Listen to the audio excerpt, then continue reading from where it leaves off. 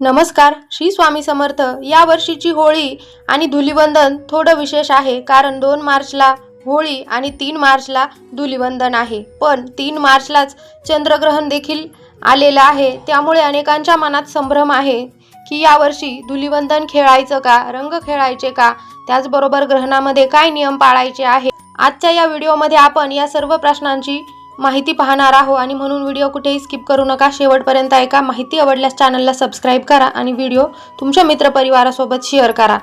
3 मार्चला फाल्गुन पौर्णिमा आणि चंद्रग्रहण आलेलं आहे आणि हे ग्रहण दुपारी साधारण 3:20 सुरू होणार आहे आणि संध्याकाळी 6:48 ग्रहणाचा मोक्ष होणार आहे. आता भारतामध्ये चंद्र उगवेल तेव्हा त्याला आधीच ग्रहण लागलेलं असणार आहे आणि म्हणून याला ग्रस्तोदित चंद्रग्रहण असं म्हणतात. आता महत्त्वाचा मुद्दा म्हणजे वेदकाळ केव्हापासून आहे, तर मंगळवारी सूर्योदयापासून म्हणजेच सकाळी 6:20 वेद सुरू होणार आहे, सूतक सुरू होणार आहे. आणि वेदकाळामध्ये आपल्याला जेवण करायचं नाही, परंतु लहान मुलं, वृद्ध किंवा आजारी आणि गर्भवती महिलांनी सकाळी 11 वाजेपर्यंत जेवण करता येईल.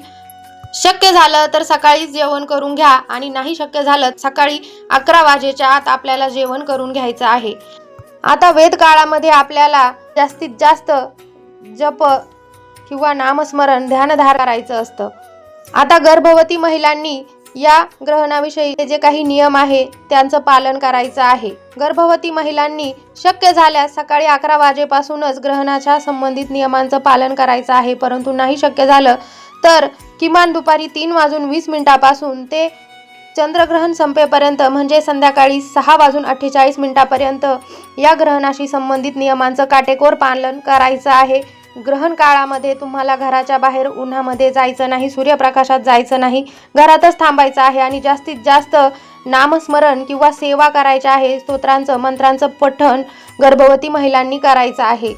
आता महत्त्वाचा प्रश्न म्हणजे धुलिवंदन साजरं करायचं आहे का, रंग खेळायचे आहे का. तर बघा, धुलिवंदन किंवा रंग तुम्ही सकाळपासूनच आनंदाने खेळू शकतात, यात काहीच अडचण नाही.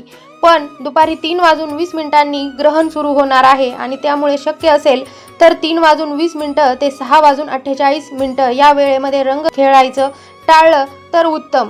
आणि जर नसेल शक्य तर किमान ग्रहणाचा जो प्रत्यक्ष पुण्यकाळ आहे म्हणजे संध्याकाळी 6:20 ते 6:48 या वेळेमध्ये तरी रंग खेळणं आपल्याला टाळायचं आहे.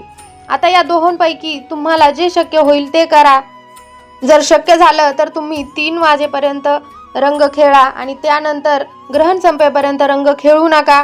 आणि जर नाहीच शक्य झालं तर किमान संध्याकाळी ज्या वेळेस ग्रहणाचा पुण्यकाळ आहे 6:20 ते 6:48 या 28 मिनिटाच्या कालावधीमध्ये रंग खेळण्याचा आपल्याला टाळायचा आहे. आता हे चंद्रग्रहण ग्रस्तोदित चंद्रग्रहण आहे, म्हणजे चंद्र ज्या वेळेस आकाशात उगवला जाईल त्याच वेळेस त्याला ग्रहण लागलेलं असणार आहे. परंतु हा जो ग्रहणाचा काळ आहे तो आपल्याकडे म्हणजे भारतामध्ये अगदी 25 ते 28 मिनिटच असणार आहे, म्हणजे अगदी कमी काळ आपल्याला हे चंद्रग्रहण दिसणार आहे. आणि म्हणून आपल्याला या नियमांचं पालन किमान ग्रहणाच्या पुण्यकाळामध्ये तरी काटेकोरपणे करायचं आहे. आता ग्रहणाच्या वेळेमध्ये जप, नामस्मरण करणं खूप शुभ मानलं जातं. ओम नमः शिवाय किंवा श्री स्वामी समर्थ या मंत्राचा जप करायचा आहे किंवा आपल्या इष्टदेवतेच्या मंत्राचा जप करू शकता. ग्रहण मोक्षानंतर म्हणजे 6:48 आपल्याला स्नान करायचं आहे, स्वच्छ कपडे घालायचे आहे, आपल्याला घर स्वच्छ करायचं आहे. त्याचबरोबर देवघरामध्ये गंगाजल शिंपडून देवांना नमस्कार करायचा आहे आणि त्यानंतरच आपल्याला जेवण बनवायचं आहे आणि जेवण करायचं आहे. आता ग्रहणाच्या वेळी अन्न झाकून ठेवायचं आहे. शक्य असेल तर तुळशीचं पान त्यामध्ये टाकायचं आहे. आणि जो होळीचा उपवास करू आपल्याकडे जेवू घालतात तो जर शक्य झालं तर तुम्ही ग्रहण संपल्यानंतर म्हणजे संध्याकाळी 6:48 नंतरच जेवू घाला. सकाळी तुम्ही उपवास करू जेवू घालणं टाळायचं आहे. बघा, चंद्रग्रहण म्हटलं की आपण सर्वजण घाबरून जातो, परंतु घाबरण्याची काहीच गरज नाही. ग्रहण हे एक खगोलशास्त्रीय घटना आहे. आपण फक्त परंपरेनुसार काही नियमांचं पालन करायचं आहे. आणि म्हणूनच भक्तिभाव ठेवा, नामस्मरण करा आणि आनंदाने सण साजरे करा. तुमचा या गोष्टींवर विश्वास असेल तरच तुम्ही या गोष्टींचं पालन करायचं आहे, अन्यथा जर विश्वास नसेल तर तुम्ही या नियमांचं पालन केलं नाही तरी चालेल. व्हिडिओ आवडला असेल तर लाईक करा, शेअर करा आणि चॅनलला सबस्क्राईब करायला विसरू नका. पुन्हा भेटू नवीन माहितीसोबत नवीन व्हिडिओमध्ये. तोपर्यंत धन्यवाद. श्री स्वामी समर्थ.